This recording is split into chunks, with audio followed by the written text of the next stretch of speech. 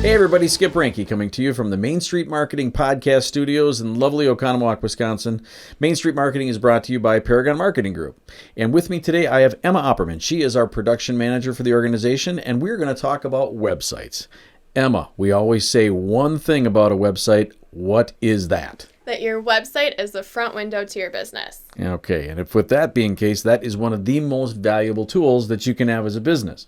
So with that being one of your most valuable tools that you have, you want to make sure that it's looking right. You want to make sure that it's looking sharp and it's everything that it should be. But what are some of the most common mistakes people make when it comes to their website? The biggest mistake people make is that they have their website and then they forget about it. They don't do anything to it. So it's just like your car, right? You buy a car, it's an investment. You get an oil change, you change your tires when they're bad, you give it a car wash because you want it to look good. It's the same thing with your website. You always have to be maintaining it and making sure it's up to date. And when you talk about being up to date, a lot of people ask, how often do I have to update my website? Now, there's reasons that people have to update a website. They update it because, Google crawls the website, which helps when they change their algorithms, which they change their algorithms, like I change my socks.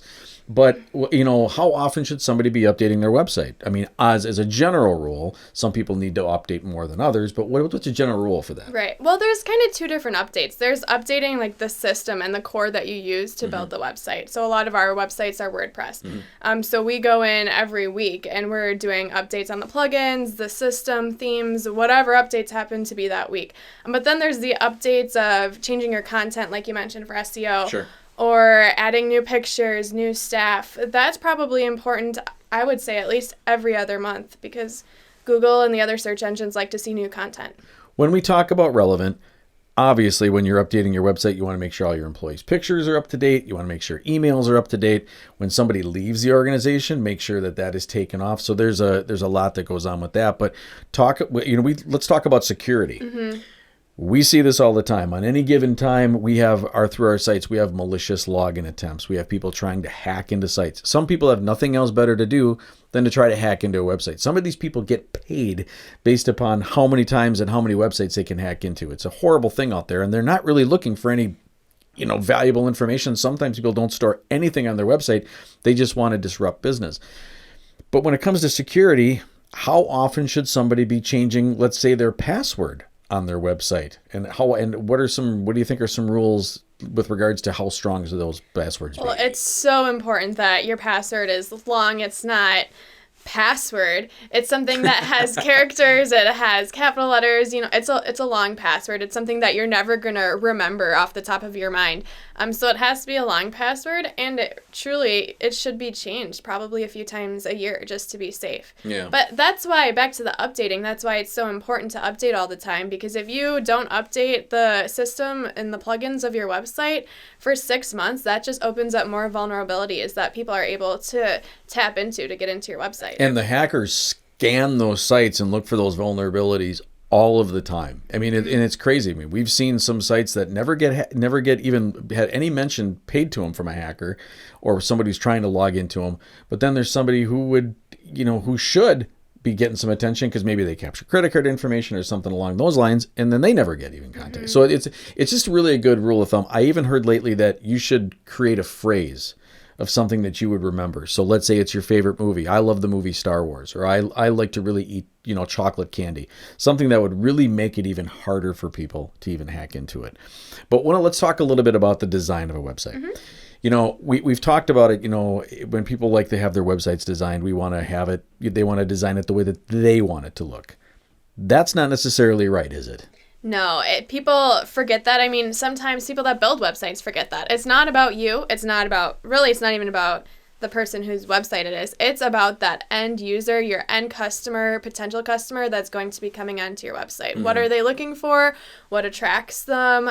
And, really doing everything towards that person to convert them in the long run. And not a lot of scrolling. 5, 10, 15 pages or the times that scroll to get to the information you want. And that's hard for people sometimes because they want it to look a specific way. And I know we struggle with that sometimes when we look at it and say, oh, well, you can't put that there. People just have to remember it's about the user. Yeah. It's not about you. Not my favorite color is blue, so I want my whole website to be blue. Right. And I can't tell the difference because colorblind is not. That's why they don't let me design anything because I can't see colors right. So how should someone know when it's time for them to redesign their website? So one of the biggest keys to knowing when you need to redesign your website is if you pull out your phone and your website is not working. Maybe you have to like zoom all the way in to read that content. That is key. I mean, most users are using their phone, depending on the industry, to view the website. So if your website's not mobile friendly, then it's time for a redesign. And a lot of people will call that your website needs to be responsive. So if you hear the word responsive, that's what they're talking about. What would be something else? One of the biggest ones is somebody that is embarrassed to send people to their website. Oh, yeah. So we get that all the time. I mean, just a few years ago, we were doing a logo for someone, and they came in and they said, "Don't look at my website. It's really bad." Oh yeah, that's right. So it's just super important that it's something that you're proud of. It's a good representation of your business, and that you want to send people there because truly your website is where you're directing everyone to. If you have an ad in a magazine or an ad online, when they go to that, they're going to then go to your website. Yeah, exactly.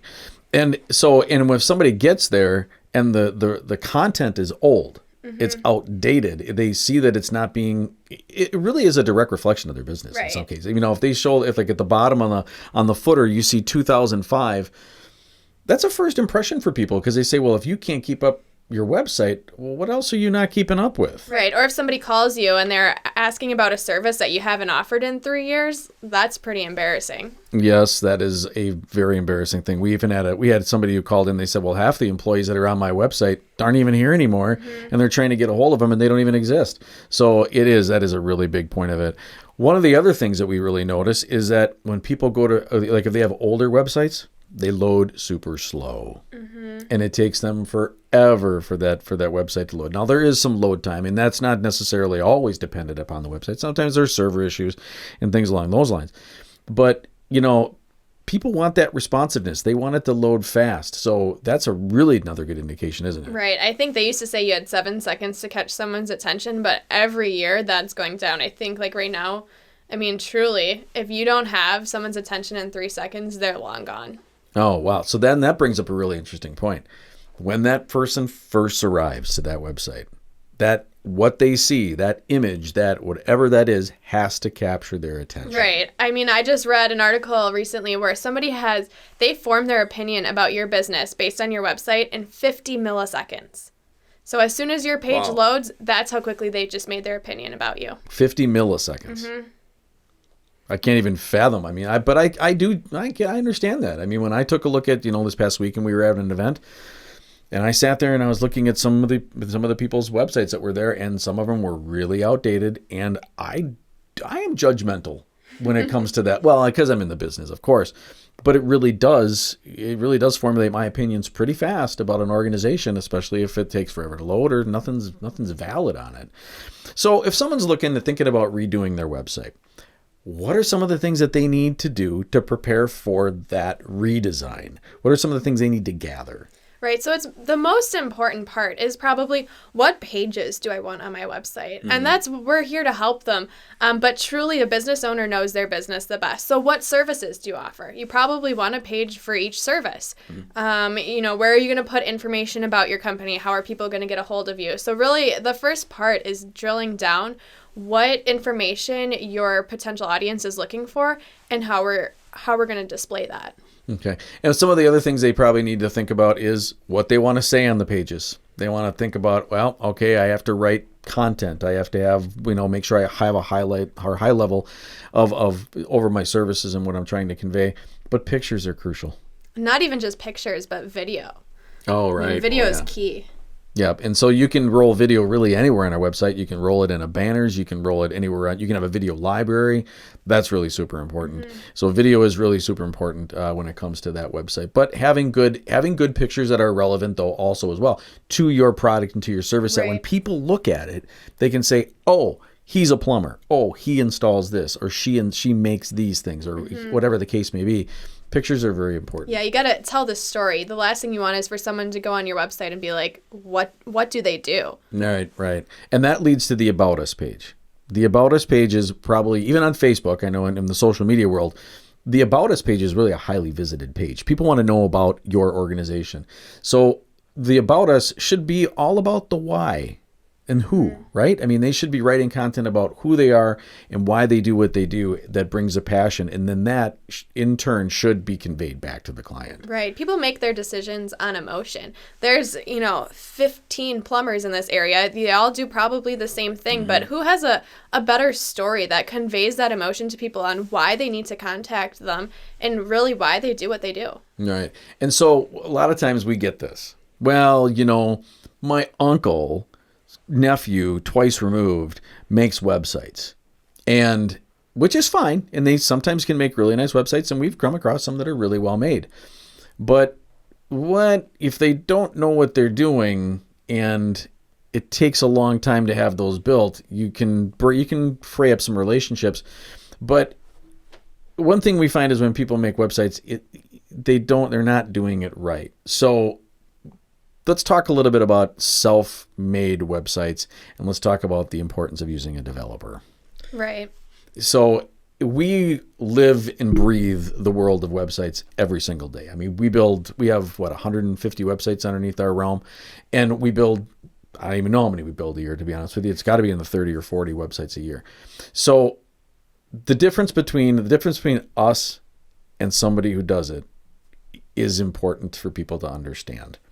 So talk to me a little bit, or let's talk a little bit about how we formulate and what we look for versus what other people may not. Right. I mean, kind of like we talked about before, it's all about your target audience. So your nephew twice removed might not know that. They might just be making what you tell them to make because they're your family, right? We're going to be honest with you and say, here's what your user is looking for. Here's what we recommend. And I mean, it's a collaborative process. Sure. We're not going to tell you exactly what to do, but we have that background knowledge that we're keeping up to date, honestly, every week as things are changing. Right. And there's elements and there's parts of designing a website that we understand that other people may not, where if they're not doing it right, it can actually hurt them. Right. And I think the biggest key is the SEO, making sure that you're not just designing a site to design it. Are you incorporating those keywords and everything that those search engines are looking for so you can be found online? And that is a whole nother segment that we were going to be talking about later on in the year. But we just want to come out and just talk a little bit about some of the things that we run into when it comes to websites and just convey those to you, because we get a lot of questions on those all the time. So we wanted to take a few minutes and just kind of talk to you a little bit about that today. So thanks for visiting Main Street Marketing. Thank you, Emma, for coming on today and talking with me about websites. Please be sure to like our pages and make sure to follow us on our podcast. We've got more coming up. Nate and I are going to be talking video in a couple weeks, and then we've got some other guests coming up. We're going to be talking about Wi-Fi marketing, and we're also going to be talking about marketing strategies, and we've got other important guests talking about sales and all kinds of things coming up. So thank you for visiting us today, listening to us talk about websites, and we'll see you soon. Take care.